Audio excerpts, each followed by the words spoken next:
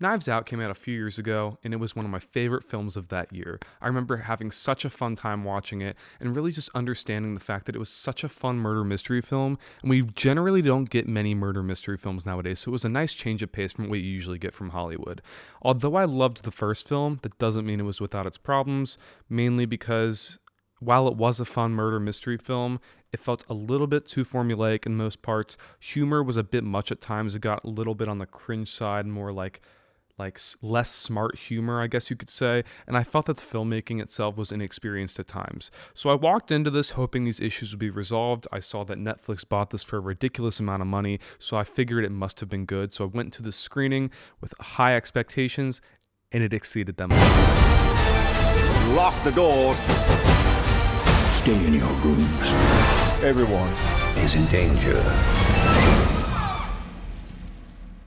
All right.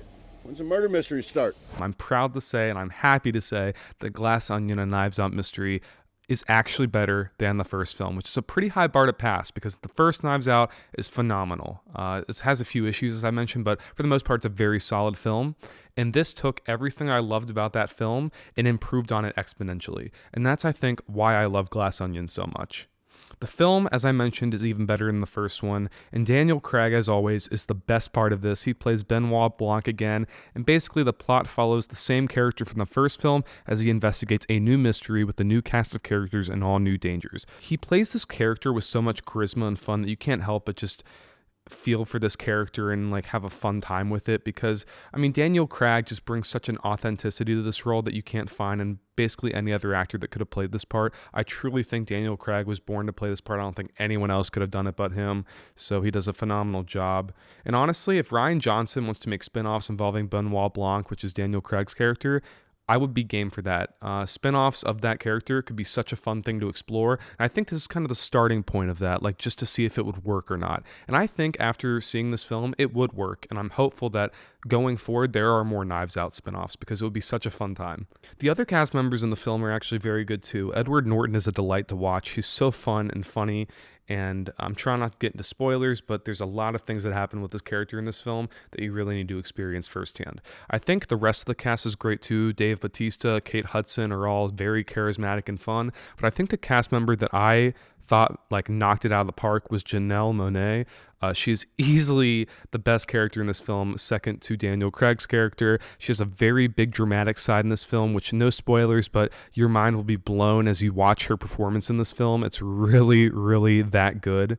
The surprise cameos in this film are absolutely incredible. It's one of those films where you can't believe that the people actually are cameoing in it. So you'll be sitting and staring up at the screen for a second, and then you'll see this surprise cameo, and you'll be like, wait a minute, is that specific person? And it is. There's so many of them throughout. They're all very, very fun, and I'm sure audiences are going to go crazy for them like I did.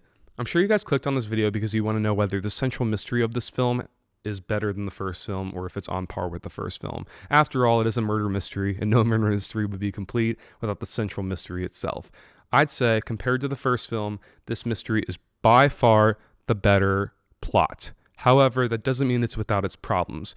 While the mystery itself is more intriguing, it also is more complex than the first film, which is a good thing and a bad thing, don't get me wrong. It's a good thing in that it is complex, it has more layers, and you're trying to figure out the clues, and it's not as obvious as the first film. I know a lot of people who watch the first film and said they guessed the character that did it within the first 5 minutes, and I can see where that comes from. But this one, there's really no room for that. You do not know who it is until the very end of the film. You're guessing along with the characters, you're trying to solve it yourself, and it's a very good reveal and very good at hiding, the clues leading up to it. So I think that's a very nice touch. The mystery itself is darker than the first film. I feel like there was less comedic moments. It was more of a serious tone in this film. The first film had a little bit of humor, but was mostly a central mystery. This is 2% humor. The rest of it is just a straight murder mystery. There is some funny lines here and there with Daniel Craig and Edward Norton's characters, but for the most part, if you're looking for a comedy, you probably will not find that here.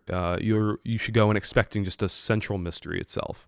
The mystery did keep me on my toes and kept me intrigued for the entire runtime up until the reveal, yet I felt like it was missing a little bit of something, maybe something that would put it over the edge and for me to be yeah, that was incredible. And also I feel like the film itself, although it does an okay job of doing the reveal of the film, it really does not explain it enough.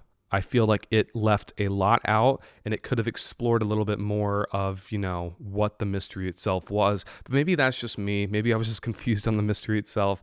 I don't know. The filmmaking in this one is definitely better than the first one. It seems like Rian Johnson finally found his footing with this series.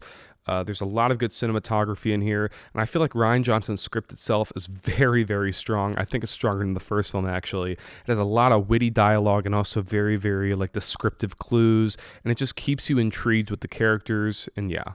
It is honestly one of those films where the reveal happens and you're just like, oh my gosh, I saw that scene. How did I not notice that the first time? It's like you go back and there's several layers to the mystery that you have to unravel. And it's like you're noticing new things on rewatches and you're noticing new things as you rewatch the scene over and over again. You're like, oh my gosh, that was literally in front of me the first time. How did I not see it until now? It's a very fun movie on that level. It keeps you constantly guessing, and I would recommend it on that level.